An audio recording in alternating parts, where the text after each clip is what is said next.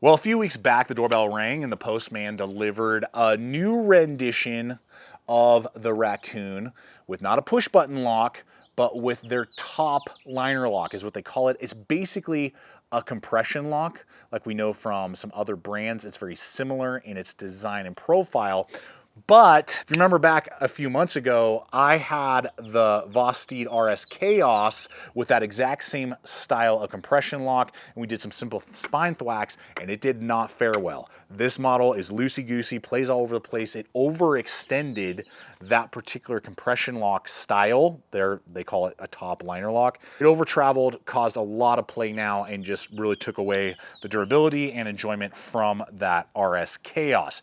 So when this arrived, I'm like, okay, let's find out. So we're gonna do some spine thwacks today and just unpack the raccoon design to see if this newest locking version is worth looking at or if it's better to stay with the tried and true crossbar lock. For all you regular viewers, welcome back. Thanks for hanging with me today. If you're new to the channel, I'm Aaron. This is Gideonstactical. Let's dive in. Now, just a sec, I'm going to hit that spine several times to see if they've transitioned over this lock well. But as soon as I'm done unpacking that with you, I have several, like 6 other blades here on the table that I want to just look at that are now, like, we'll call it budget, like 60 bucks, give or take $5 on either side, from many manufacturers that are sporting all kinds of locks. Crossbar locks, hybrid compression locks is what I'm calling this.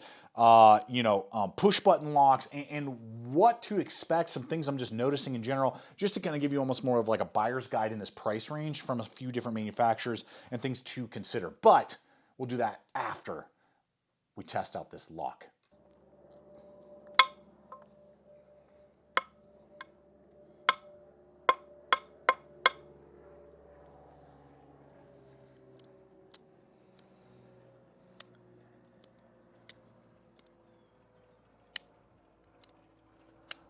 So the top liner lock, at least on my model, again, your mileage may vary, seems to be holding up well. I've done it a couple more times since then. I even tested it on another model that VOSTEED has just recently released. I believe they're calling this the Hedgehog, with a very similar style there. Just did a bunch of spine thwacks, didn't seem to have a problem. So I don't know what the deal is with this particular model and how it over-traveled and got all the blade play. Maybe they've tweaked it, or maybe this was bad heat treat. Who knows? Now, first and foremost, when we just look at these two, and then they have the push button lock on the raccoon, if you were to ask me between the two of these that I have, which model do I prefer? I prefer the crossbar. I like crossbars probably the most. Not that I don't like push button locks, and not that I don't like compression locks, and this is kind of a hybrid. But I don't know why. If you were to ask me on connection point, and it seems to be the most reliable. I know the push button model originally with the VOSTEED raccoon was having a lot of failure issues. I don't know if they fixed that. I don't have one of those to test out. But between these two, I would still go with the crossbar. But if you just like the idea of a compression lock, if you want to try something different, if you're more prone to button locks, but you've heard what I've heard with some failures in the push button arena, this is not at all that option, and they've done a really good job with the steel choice of Sandvik, the blade shape. I love how light it is. It's very light, machined handles with the steel liners in there, and ambidextrous. I mean, just all the things. So these are a little bit more too. I believe they're going at $65 for this lock style and $60 for the crossbar. So that's where I sit with the raccoon. But let's just talk here for a moment. I got these 2 other VOSTEEDs. I'm just going to run in super fast. I might do dedicated videos at some point. These all just kind of showed up in the mail, just boom. So I was like, all right, well, let's start messing around with them. So here, this one has S35VN on the Hedgehog. Very unique kind of style, kind of taking some cues from the RS Chaos previously reviewed. Haven't really started messing with this, but it's got a really short handle. It's basically a 3-fingered handle, and then it's got a huge ricasso into a choil that really splits your finger and is almost kind of uncomfortable in that route too. And so something I'm noticing with VOSTEED, because I have one other model, I believe, I know I'm going to butcher it, it's like the Telarursis or something, Telarursis.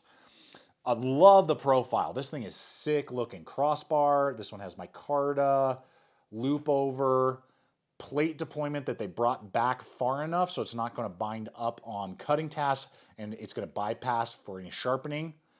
And ambidextrous Sandvik 14C28N. Great stuff.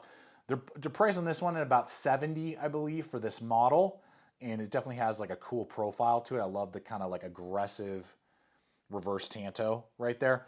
But you can see here that my pinky is just barely holding on for dear life. And then it's giving me like this big, massive, you know, like dedicated ricasso. And the raccoon is kind of the same way. My pinky is just barely hanging on there. And then we have this massive ricasso to be used as a choil. I don't know if that's just like a style thing they want to do at VOSTEED, and that's what they're going to keep doing. It feels like all of the handles are about a ½ inch too short on all of these models, particularly this one's like an inch too short. But on these two, the raccoon and this other one, it would be great to see them start extending the handles a little bit. It kind of feels, I'm going to be honest, like what a lot of the Chinese-made knives were doing like 5 years ago, when they weren't really measuring it for worldwide hand size. I'm just being real. That's kind of how it feels. So I would love to see bigger handles, longer handles in the future on some of VOSTEED's models. Now, they still make great stuff, and it's compact, and I have large size hands. So for those who like more compact knives for whatever reason, they're absolutely great, and I do really like the raccoon model especially. Still really hits home with me. And just to give you some idea, like here is the CJRB Pyrite, giving me full real estate there, push button lock, crazy design. I think these are like 50, don't quote me on that, with their proprietary steel. I need to do a full-blown test on the RPM9 steel. So leave comments if you like or don't like that particular type of steel. But here's the Pyrite, you know, and that's a push button lock. Come on, get out there. Right there, very lightweight and a great option if you're looking at, you know, the raccoon. It's a similar kind of profile, similar kind of design a little bit, just different, you know, like a reverse tanto. Really aggressive. I love that blade shape. Super sick. So, and then, you know, we got the CIVIVI. These guys, definitely right around the $50 price point, if I remember correctly. And these models, super fast, great button action. If you're into button locks or you haven't tried a button lock, I would argue that CIVIVI has the best, and particularly if you're going to ask me of the best and of my favorite push button manuals currently, it's going to still be the Conspirator. This thing is just so bananas. I love the action, the deployment, and it's just the overall size. You can see there, I got tons of real estate on that back end, really filling out my hand, whereas again, the raccoon, I'm really kind of bound up, and the blade is a lot further away from my hand than on the Conspirator. Conspirator got Nitro V, and that is going to be more expensive, about 80 bucks. But oh gosh, this knife is still so good in that arena. And then here's just another full-size CJRB, really big, full-sized blade with a push-button lock again, right there. And a good value on top of that. So there's just a lot of options out there.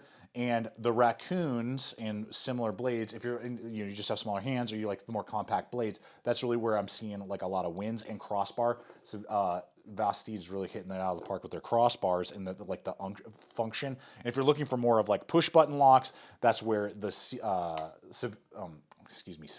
so many names trying to follow. And then I feel like the CJRBs are kind of in the middle. They're kind of like a blending of the two, a little bit better value than CIVIVI.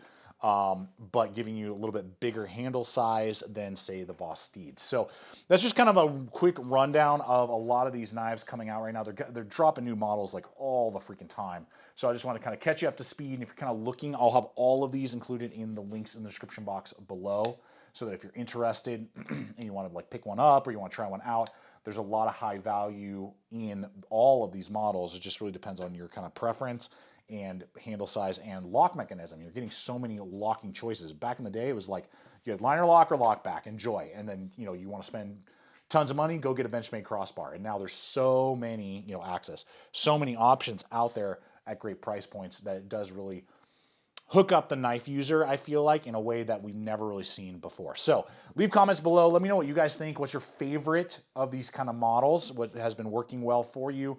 And I look forward to seeing you guys on the next video. Check out the other video popping up. And if you haven't yet subscribed, I do invite you to do so.